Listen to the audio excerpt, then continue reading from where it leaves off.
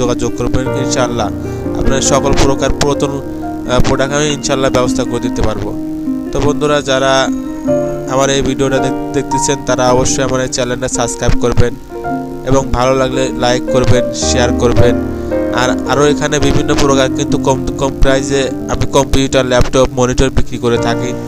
তো বন্ধুরা, যাদের আপনারা কম প্রাইসে কম্পিউটার, ল্যাপটপ, মনিটর নিতে চান তারা কিন্তু আমার সাথে যোগাযোগ করতে পারেন।